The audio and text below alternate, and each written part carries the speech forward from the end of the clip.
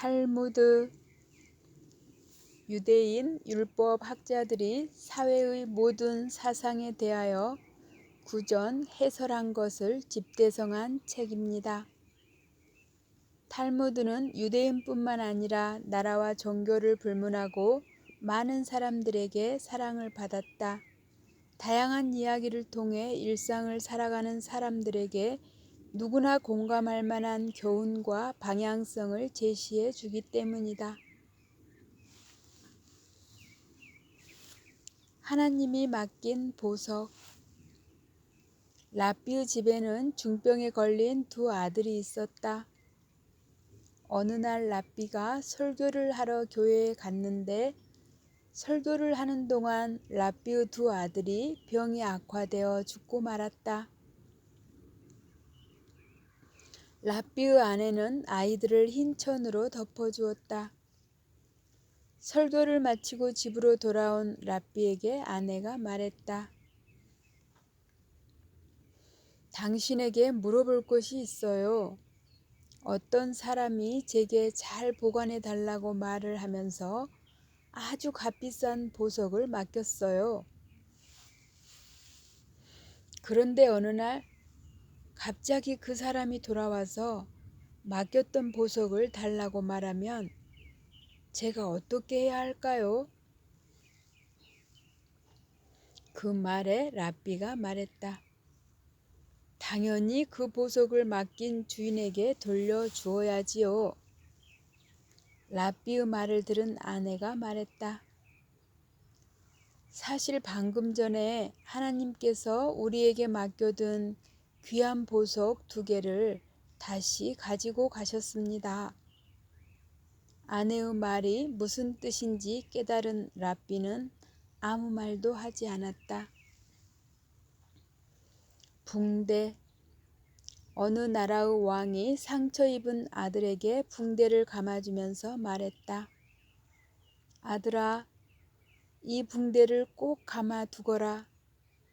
그러면 너는 먹거나 달리거나 물속에 들어갈 때도 아픔을 느끼지 않을 것이다.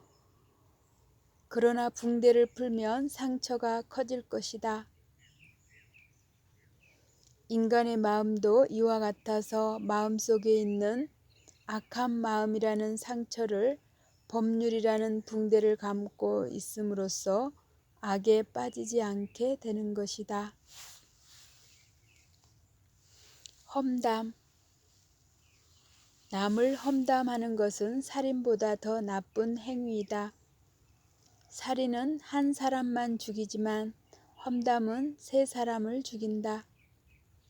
험담을 한 사람과 험담을 막지 않고 들은 사람, 그리고 험담의 피해를 보는 당사자, 이렇게 3사람 모두에게 죽음과 같은 상처를 준다. 험담은 칼보다 더 무섭다. 칼은 들고 있지 않으면 남을 해치지 못하지만 험담은 아무리 멀리 있더라도 사람을 해칠 수 있기 때문이다. 사람의 귀는 2개이고 입은 하나이다.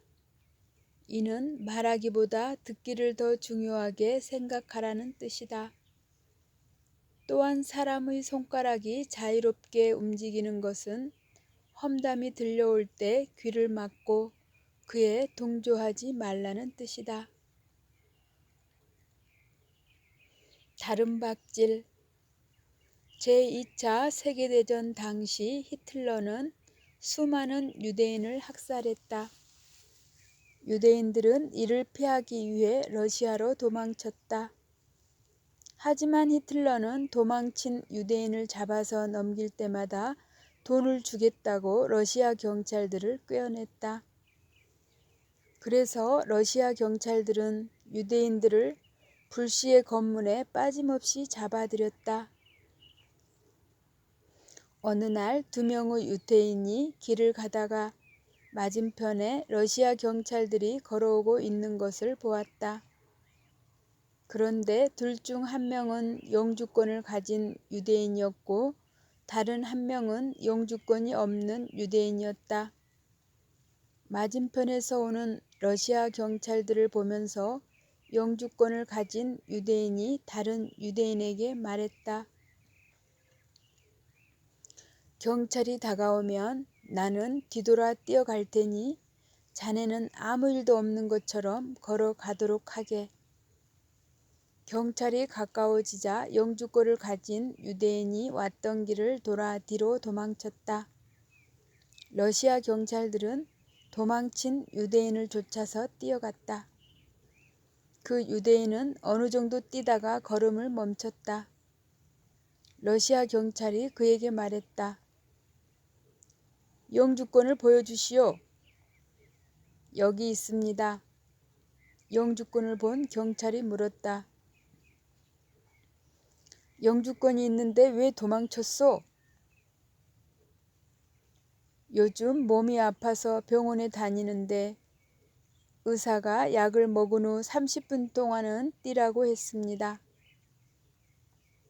뒤에서 경찰이 쫓아오는 것을 보았으면 멈췄어야지. 당신도 약을 먹고 나서 뛰라는 의사의 처방을 받은 줄 알았습니다. 파이.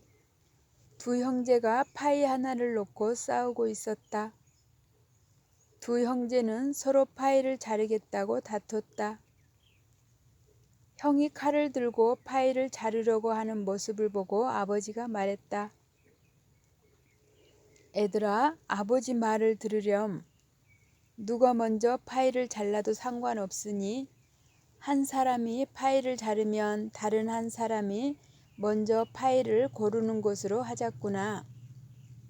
아버지의 말을 들은 형은 파이를 정확히 2등분으로 나누었다.